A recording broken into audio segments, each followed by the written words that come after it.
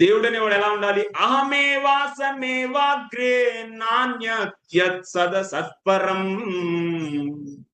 సృష్టికి పూర్వం అతనే ఉండాలి, సృష్టి ప్రళయం తర్వాత కూడా అతనే నిలబడి ఉండాలి. అట్లా ఉండేవాడే దేవుడు. అయ్యా బ్రహ్మదేవ, ఈ సృష్టి తర్వాత అంటే ప్రళయం ఏర్పడిన తర్వాత కూడా ఎవరుంటారు?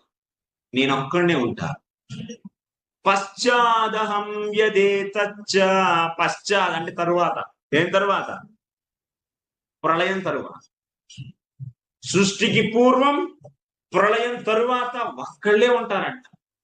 మరి సృష్టించి ఏర్పడిన తర్వాత బ్రహ్మదేవుడు మొదట వచ్చి ఆ తర్వాత నానా దేవతలు, నానా రాక్షసులు, కిన్నెరులు, కింపురుషులు, మానవులు, మనుష్యులు, దెయ్యాలు, దేవాలు, ప్రేతాలు, పిశాచాలు, సరీసృపాలు, చెట్లు, వృక్షాలు, పక్షులు, ఎన్నెన్నో సృష్టి చేస్తారు బ్రహ్మదేవుడు.